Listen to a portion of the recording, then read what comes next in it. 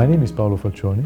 I'm the Director General for APPLiA, representing the home appliance industry in Europe. And as an association, we are a cooperating partner for CEN and CENELEC, and that is the extent to which we do participate in the standardization activities in Europe. But me personally, I've been involved directly into standardization when I was a secretary of an IEC working group.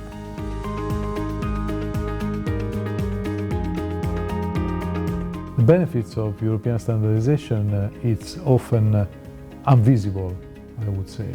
Because if I take the example of a fridge, the legislation says a fridge must be safe. The way in which we assess the safety of the fridge, it is written in a standard, which is a European standard. And when a product is placed on the market and it has been tested according to the standard, then consumers can be sure that the product is safe. So I think that the main benefit of having a system of standards, it is enhancing the trust in products, and it is in upholding the benefit of the single market, which is to me one of the most important assets that the European Union has built.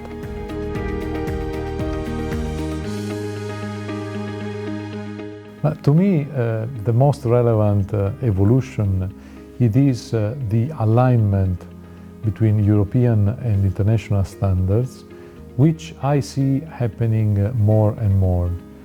Ideally, for us, representing the industry, it is important that there is a single standard worldwide. So one world, one standard, it is in a sense the slogan that we would like to use.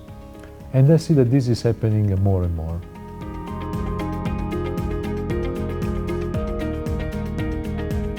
Well, standardization has done really a lot for the society as a whole. And I think that working together for building better standards, it is one of the key aspects that we have to keep very dear to our heart. What I would expect coming up next, it is the fact that standards are listed in the official journal as soon as possible.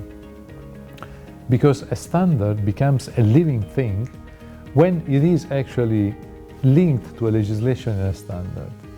And that is my dream, to have this happening as soon as possible.